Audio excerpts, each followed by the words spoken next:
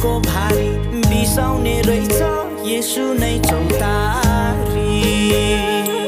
लै लै बिसाउने चौतारी तिम्रो र मेरो पापको भारी बिसाउने रहेछ येशू नै चौतारी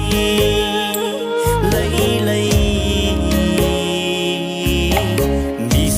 चौतारी किन हिँड्छौ चारैतिर भौतारिएर पाउने छैनौ विश्राम तिमीले संसारै